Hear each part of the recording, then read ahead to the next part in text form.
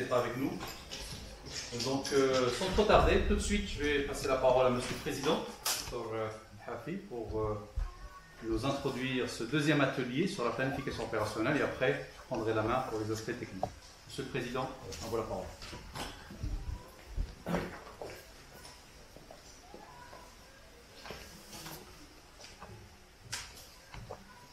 حضرات السيدات والسادة، أود في البداية أن أرحب بكم وأن أشكركم على مشاركتكم في هذه الورشة اللي هي امتداد الورشة الأولى اللي كان سبق لنا وأننا اجتمعنا حول التوجهات الاستراتيجية والمحاور الأساسية بالنسبة لدار المناخ. وكما تعلمون فاليوم ما هو مطلوب منا وهو أننا نتطرق الجانب العملي. Comme vous le savez, lorsqu'il s'agit de discuter des options stratégiques,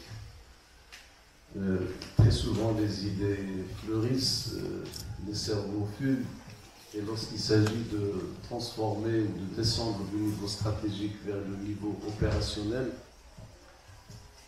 très souvent les idées tarissent et les cerveaux s'engourdissent.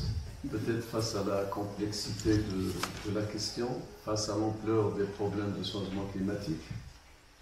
Donc c'est un exercice périlleux, c'est un exercice difficile et nous devons le réussir, et surtout en évitant un certain nombre d'écueils, surtout de ne pas tomber dans la simplification des problèmes, parce que très souvent, pour éviter la complexité, on simplifie, et en simplifiant, on perd l'essentiel.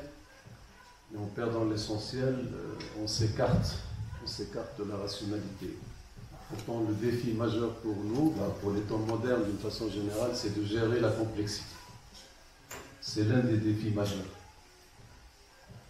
Et il y a un grand philosophe qui disait, Paul Valéry, pour ne pas le citer, qui disait que tout ce qui est simple est faux, et tout ce qui ne l'est pas est inutile. Inutile dans le sens inutilisable.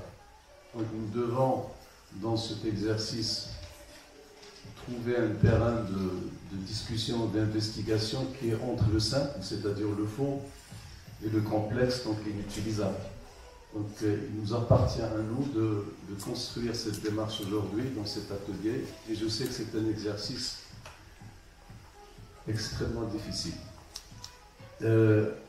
Deuxième chose que je voulais dire, c'est que très souvent quand on fixe les objectifs et devant la complexité ou l'ampleur des problèmes, souvent on essaie de définir les moyens et les outils d'y parvenir, et en cours de route, les outils et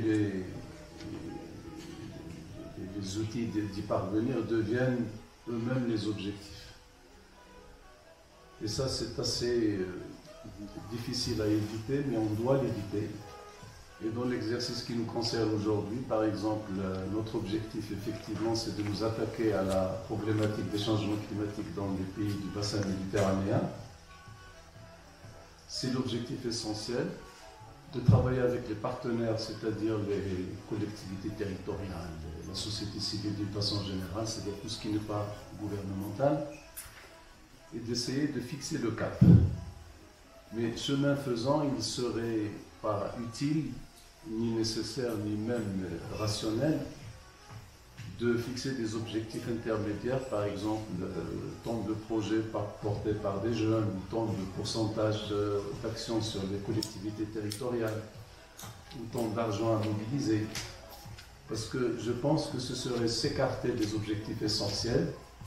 Et pour moi, l'essentiel, c'est que lorsqu'on fixe un cap, par exemple, pour les changements climatiques dans le bassin méditerranéen, bon, qu'il y ait 0 projet, qu'il y ait 18 ou 323 projets portés par les organisations de tel ou tel acabit, peut-être portés par les jeunes ou par les moins jeunes, par ceci, ce n'est pas le problème. Le problème, c'est de prendre les projets qui cadrent avec l'objectif que nous nous fixons, et il faut cheminer vers cet objectif, et de prendre les projets qui ont un état de maturité qui permettent d'inverser la tendance. Donc il faut juger les projets sur leur pertinence, sur leur degré de maturité, pour essayer de construire des projets qui nous permettent d'atteindre ces objectifs. Et il faudrait aussi dans cet exercice que l'on puisse trouver les projets qui sont accessibles, qui sont réalisables, qui relèvent du possible, parce que ce sont les clés d'entrée de la réussite. À partir du moment où on met le pied dans un territoire d'action et pour lequel on a choisi un certain nombre d'actions qui ont un degré de maturité et qui peuvent donner un résultat sur le terrain, ça va être un catalyseur pour le reste. Donc il faudrait que l'on se situe dans cette démarche.